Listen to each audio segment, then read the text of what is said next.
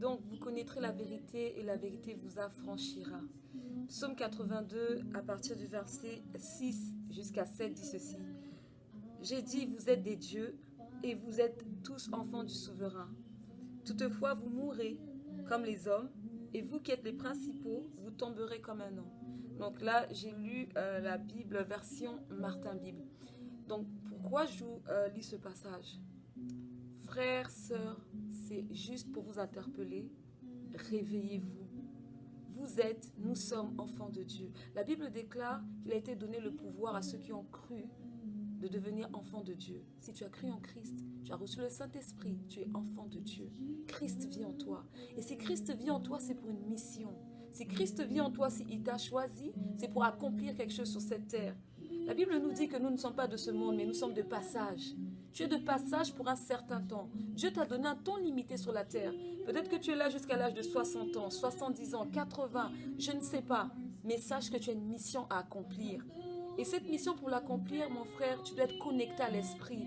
Tu dois mener une vie de consécration. Tu dois chercher la face de Dieu constamment afin qu'il te parle, afin qu'il te révèle, qu'il te donne des instructions, qu'il te donne des directions.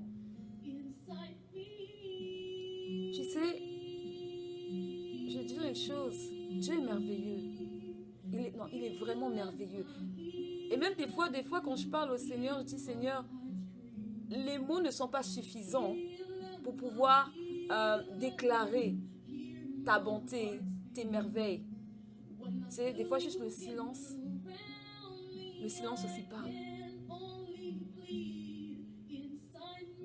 Je vais prendre un passage dans la Bible, en Actes. On va aller dans Actes des Apôtres. À partir du verset 27.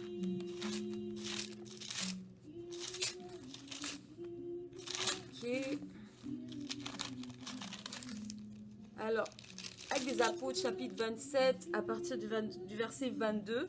Comme je l'ai dit, moi je lis la Bible dans la version Martin Bible. Donc, 27 à partir du verset 22 nous dit ceci.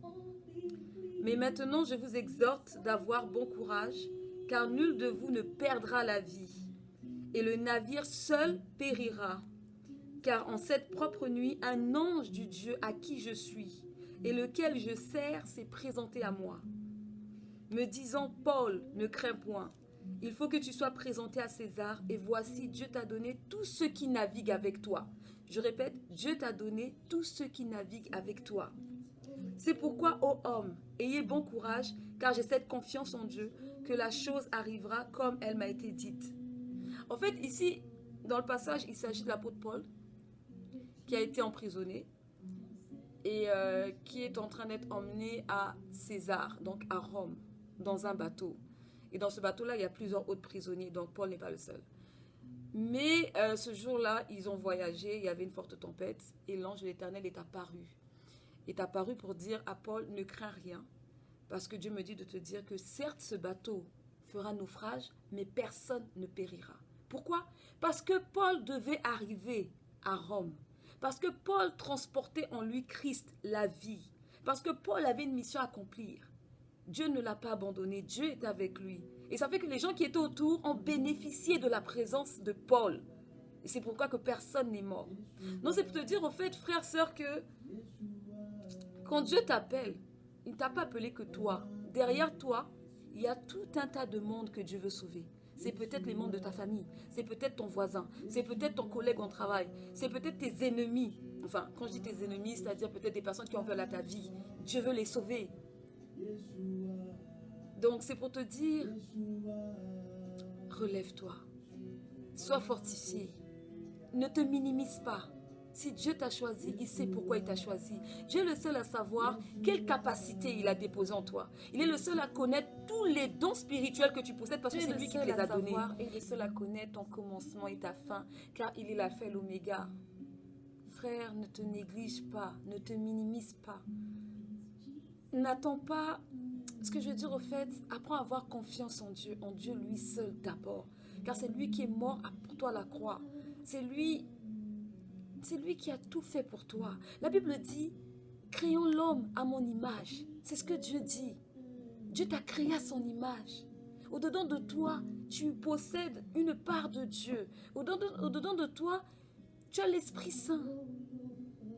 Aie confiance. La Bible déclare heureux celui qui se confie en l'Éternel. Vers qui tu tournes tes regards? En qui est-ce que tu te confies? Le message que je voudrais vous faire passer, c'est ça. Il y a beaucoup de frères et sœurs qui sont en train d'être retardés dans leur marche, dans leur appel, parce qu'ils n'ont pas confiance en eux. Parce qu'ils ne prennent pas au sérieux leur marche avec le Seigneur. Ils ont un pied avec Dieu et un pied dans le monde. Non, mon frère, consacre-toi, c'est le moment. C'est la fin des temps. Ne blague pas avec ton salut. Non. On va lire un passage, toujours dans Actes chapitre 17, à partir du verset 31, qui dit, « Ils dirent, crois au Seigneur Jésus-Christ et tu seras sauvé, toi et ta maison. » Ce qui est beau avec le Seigneur, c'est qu'il commence avec une personne. Il commence avec une personne. Il dit, crois au Seigneur Jésus-Christ, toi et ta maison, vous serez sauvés. Donc, toi qui es sauvé, et peut-être dans ta maison, tout le monde encore ne l'est pas.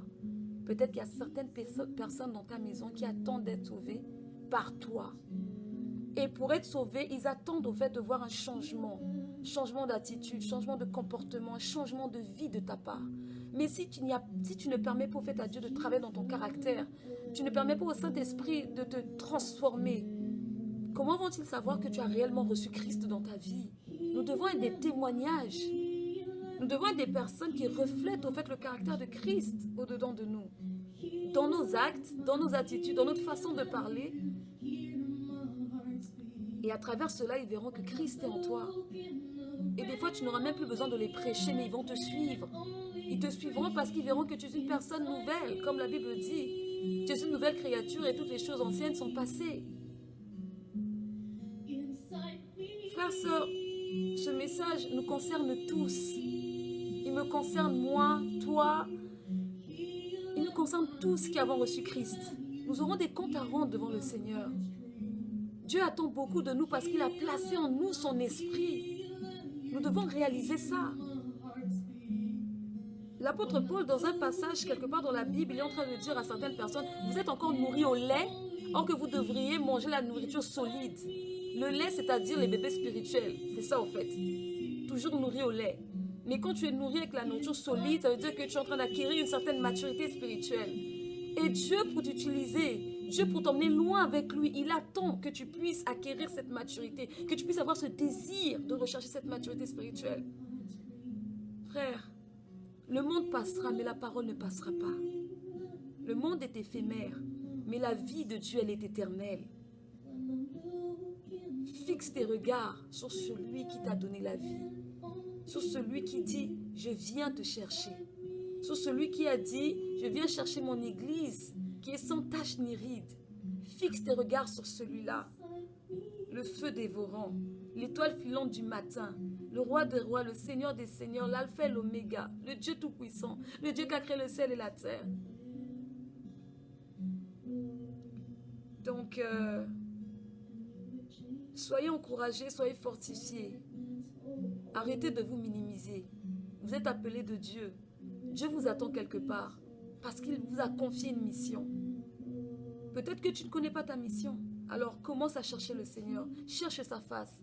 Parle-lui à travers les jeûnes et prières. Lis ta parole, médite. Tu verras ce que Dieu fera.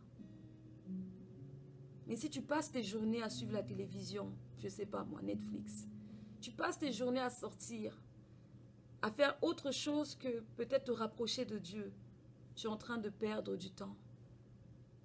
Tu es en train de retarder ton chemin. Donc, c'est vraiment ça que j'avais à partager avec vous.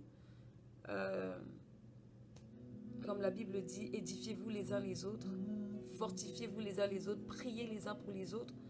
Donc, je prie vraiment que cette parole puisse nous parler au plus profond de notre cœur. Que cette parole puisse être scellée au-dedans de nous. Que cette parole prenne vie. Qu'elle nous parle. Et qu'elle puisse produire l'effet qu'elle devrait produire en chacun de nous selon la grâce que nous avons reçue du Père Céleste. Donc voilà, en tout cas, à très bientôt. Et demeurez dans les voies du Seigneur. Demeurons dans les voies du Seigneur. C'est ça. Bye bye. À très bientôt.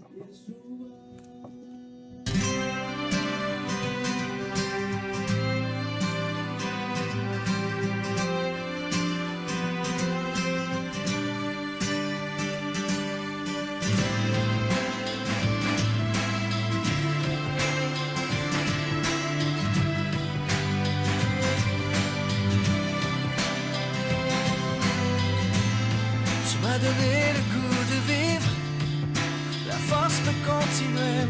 Je sais que maintenant je suis libre, je veux le raconter. Je sais que sans toi je suis vide, rien ne peut me combler. Ces illusions de monde aride, je veux m'en détourner, sachant que tu es là. Je m'appuie sur tes promesses jusqu'au bout. Je veux te suivre jusqu'au bout. Je veux te